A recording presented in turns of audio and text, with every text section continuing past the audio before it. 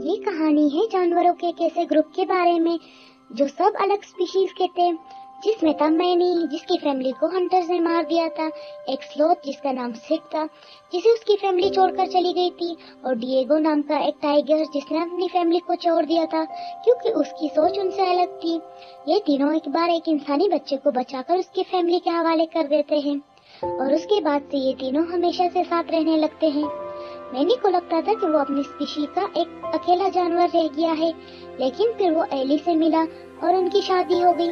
Eli के साथ उसके 2 अडॉप्टेड भाई भी थे जिनका नाम क्रेस और एडी था।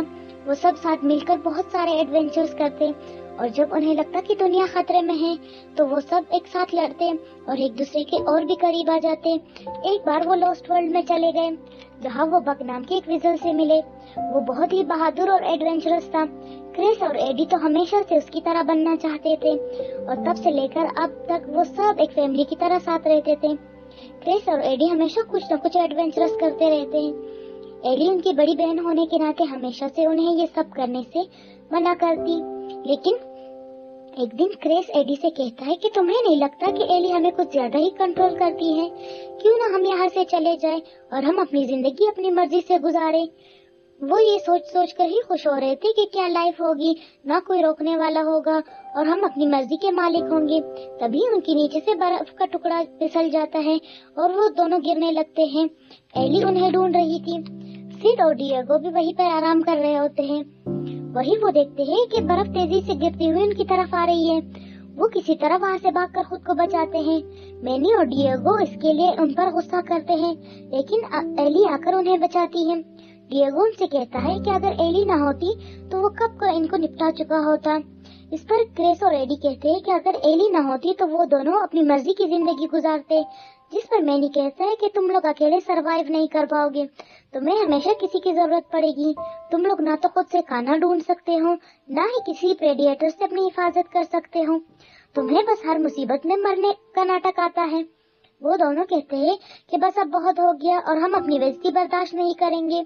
और रात में जब सब सो रहे होते हैं तो वो एली को आखिरी गुड बाय बोलकर निकल जाते हैं अपनी जिंदगी बनाने के लिए। सुबह एली उठकर देखती है कि उसके भाई जा चुके हैं। वो मैनी को कहती है कि इन सब की जिम्मेदार तुम हो। वो सब लोग उन्हें ढूंढने के लिए निकल जाते हैं। वो दोनों बर्फ टूटने की वजह से अंदर गिर जाते हैं। इन्हें वो जगह जानी पहचानी लगती है तो वो देखते हैं कि ये तो लॉस्ट वर्ल्ड जाने का रास्ता है। वो आगे बढ़ जाते हैं और वहाँ केव में अर्सन नाम का एक डायनासोर होता है जिसके पास उसके पालतू रैप्टर्स होते हैं। वो रैप्टर्स को उन्हें पकड़ने के लिए भेजता है। वो दोनों भागते भागते वहाँ से नीचे गिर जाते हैं और पहुँच जाते हैं लॉस्ट वर्ल्ड में। उस जगह वापस आकर वो दोनों बहुत खुश थे। तभी एक बड़ी सी मकड़ी उन्हें खाने के लिए उनके पीछे पड़ जाती है। वो भागने लगते हैं। तभी बक वहाँ आता है, उन्हें वहाँ से बचा कर ले जाता है। वो अपने हीरो बक को देखकर खुश हो जाते हैं। बक उनसे पूछता है कि तुम लोग यहाँ कैसे? तब वो लोग बताते हैं कि वो लोग अपनी जिंदगी जीना चाहते हैं, वो भी अपनी मर्जी से, बिल्कुल उसकी तरह। लेकिन बक उन्हें वापस उनकी फैमिली के पास छोड़ने के लिए जाता है, पर वो देखता है कि केव के एग्जिट पर एक बहुत बड़ा पत्थर रखा हुआ है। अर्जुन वहाँ आता है और कहता है कि ये पत्थर उसने रखे हैं ताकि उसके जैसे और कोई यहाँ ना आ पाए। वो कहता है कि उसका दिमाग सबसे बड़ा है और वो सबसे बहादुर है, इसलिए बहुत जल्द ही वो लॉस्ट वर्ल्ड पर कब्जा कर लेगा। उसके रैप्टर्स वहाँ पर आ जाते हैं और क्रिस और एडी को मारने वाले होते हैं, लेकिन बक उन्हें बचा कर ले जाता है। बक उन्हें लेकर अपने केव में आता है। वो जगह बिल्कुल उनके सपने वाले घर जैसी होती है। वो बक से कहते हैं कि वो भी उनके साथ रहना चाहता है, लेकिन बक उन्हें मना कर देता है और कहता है कि वो बहुत जल्द उनको उनकी पुरानी फैमिली के पास छोड़ाएगा क्योंकि ये जगह बहुत खतरनाक है। बक उन्हें बताता है कि जब अर्सन छोटा था तो उसके बड़े सर की वजह से सब उसको तंग करते थे और जैसे जैसे वो बड़ा होता गया उसका सर भी बड़ा होता गया और उसे ये लगने लगा कि उसके पास सबसे बड़ा दिमाग है, मतलब वो सबसे सुपीरियर है। बक ने उसे अपनी टीम में इनवाइट भी किया था। उन्होंने एक टीम वॉटरिंग हॉल बनाया था जहाँ सभी तरह के जानवर एक साथ रहना सीखते थे और उनकी टीम उन सबको प्रोटेक्ट करती थी। पर अर्सन इस बात को नहीं मानता था कि सब जानवर एक जैसे कैसे हो सकते हैं। जो ताकतवर होगा वही इन सब पर राज करेगा। इसलिए उसने बक की टीम को मारने के लिए एक ट्रैप बिछाया और उन लोगों ने अर्सन को हरा दिया, लेकिन उनके 2 साथी भी मारे गए और सब ने ऑर्सन को लावा लैंड पर छोड़ दिया, पर पता नहीं वो कैसे वहाँ से बाहर निकलने में कामयाब रहा।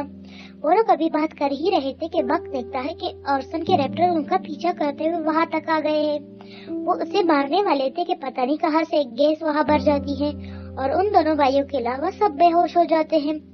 बक की जब आंख खुलती है तो वो देखता है कि उसकी दोस्त जी वहाँ आई है और उसी ने उन्हें बचाया है। वो बक से कहती है कि हमें ऑर्सन को रोकना होगा, नहीं तो वो पूरे लॉस्ट वर्ल्ड को बर्बाद कर देगा, जिसके लिए उन्होंने इतनी फाइट की। बक और जी की कभी नहीं बनती, वो किसी भी बात पे एग्री नहीं होते। बक देखता है कि वो रैप्टर्स वाटर हॉल की तरफ जा रहे हैं। बक जल्दी से जाकर वहाँ के जानवरों को इत्तला देता है और उन्हें रैप्टर से बचाता है। वो देखते हैं कि ऑर्सन ने उन रैप्टर्स की एक फौज बना रखी है और उनका मुकाबला इनके लिए करना आसान नहीं है और वो लोग वहाँ से भाग जाते हैं। वो एक प्लान बनाते हैं और अपनी बोट पर बैठकर लॉस्ट लगून की तरफ जाने लगते हैं। क्रिस और एडी को समझ नहीं आ रहा होता कि वहाँ क्यों जा रहे हैं ये लोग, वहाँ इनकी मदद कौन करेगा। बक और जी बोट पर ही बहस करने लगते हैं। जी कहती है कि उसने उसके लिए अपनी टीम के लोगों को खोया है और वो नाराज हो जाती है। चलते चलते रात हो चली थी और बक को नींद आने लगती है, तो उन दोनों भाइयों ने उसकी मदद करने के लिए बोट की कमान संभाल ली। सुबह वो दोनों जंगल से लाई हुई चीजें बक को दिखाते हैं। बक उनसे कहते हैं कि इन्हें फेंकते, ये सब जहरीली चीजें हैं। वो लोग आग उगलने वाले लिजर्ड भी लाए थे जिन्हें वो अपने पास ही रख लेते हैं और वहाँ से मामा टीरेक्स से मिलने चले जाते हैं। वो देखते हैं कि मामा टीरेक्स के दांतों में दर्द था। बक देखता है कि उसका एक दांत सड़ रहा है, वो उसे निकालना होगा। जी अपनी गैस से टीरेक्स को बेहोश कर देती है और बक उसका दांत निकाल देता है। तभी वहाँ पर रैप्टर्स आ जाते हैं, पर टीरेक्स अभी भी बेहोश थी। वो उसे उठाने की कोशिश करते हैं, वो उठ भी जाती है लेकिन उसे हैंगओवर हो रहा होता है और वो फिर से बेहोश हो जाती है। अब रैप्टर्स और ऑर्सन इन्हें चारों तरफ से घेर लेते हैं। बक जी और इन दोनों को वहाँ से जाने का बोलता है और अपने आप को ऑर्सन के हवाले कर देता है। ऑर्सन उसको वाटरिंग फॉल की तरफ ले जाने लगता है। वो उसे वही मारना चाहता था ताकि जानवर उससे सबक ले। जी और वो दोनों साथ मिलकर बक को बचाने का फैसला करते हैं। जी उन दोनों को लड़ने के कुछ तरीके सिखाती है और वो उन रैप्टर के पीछे जाने लगते हैं और देखते हैं कि वो बहुत जल्दी बक को मारने वाले हैं। इन्हें जल्दी से कुछ करना होगा। क्रिस और एडी को ढूंढते ढूंढते मैनी और बाकी लोग भी उस कार तक आ जाते हैं। मैनी, एली और दोनों उस पत्थर को हटाते हैं और लॉस्ट वर्ल्ड में एंटर करते हैं। उन्हें वहाँ मामा टीरेक्स मिलती हैं जो उनको लेकर वाटरिंग हॉल की तरफ लेकर जाती हैं। यहाँ पे तीनों रैप्टर से लड़ने लग जाते हैं। बक ऑर्सन की केज को नीचे फेंकता है पर जी उसे नीचे फेंकने से बचा लेती है।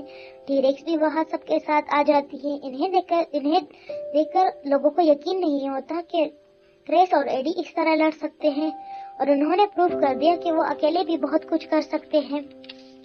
वो सब भी उन रैप्टर से लड़ने लगते हैं लेकिन जल्द ही क्रिस और एडी को रैप्टर घेर लेते हैं। तभी क्रिस देखता है कि ऑर्सन उन रैप्टर्स को आग से कंट्रोल कर रहा है।